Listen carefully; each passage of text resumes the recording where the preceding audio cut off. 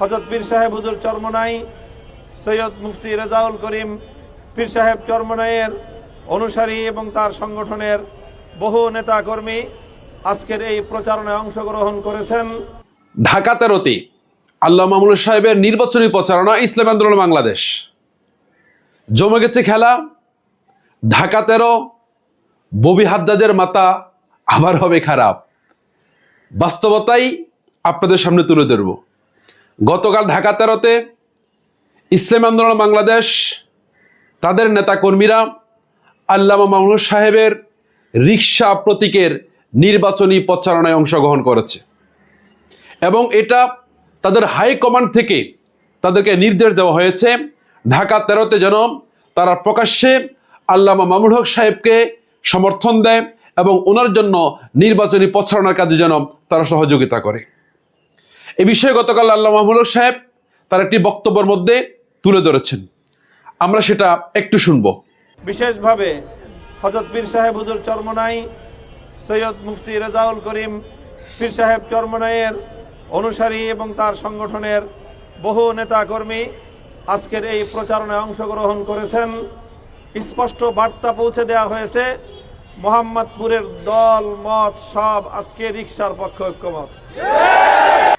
শুনলেন আপনারা, আমিরে মুহাদ্দিস আল্লামা মামুনুল হক সাহেব চরমনাই পীর সাহেবকে এবং ইসলামী আন্দোলনকে উদ্দেশ্য করে কি বলেছে।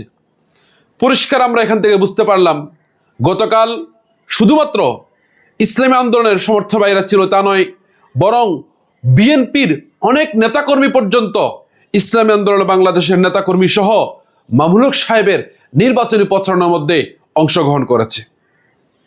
ববি হাজ্জাজ মেজাজ হারিয়েছে, অশালীন বক্তব্য দিয়েছে, তিরস্কার করেছে, মুখে যা এসেছে লাগামহীন বক্তব্য দিয়েছে।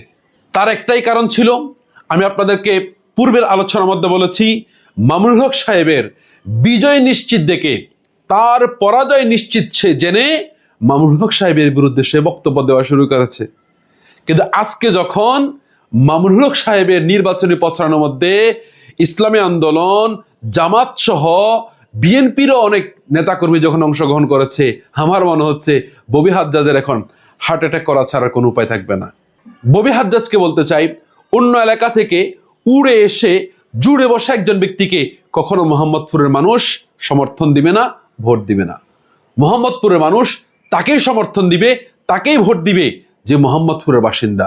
মোহাম্মদপুরের জন্য যার মায়া আছে, কান্না আছে, ত্যাগ আছে, তাকে মোহাম্মদপুরের মানুষ নির্বাচিত করবে জনপ্রতিনিধি হিসাবে। সুতরাং ববি হাজ্জাজকে বলতে চাই, আপনি যে আশা নিয়ে মামুনুল সাহেবের বিরুদ্ধে তিরস্কার শুরু করেছেন, আপনি বন্ধ করুন, জাতির কাছে ক্ষমা চান, হয়তোবা 2-4টা ভোট বাড়তেও পারে। ভালো থাকবে সকলেই। আসসালামু আলাইকুম ওয়া রাহমাতুল্লাহি ওয়া বারাকাতুহু।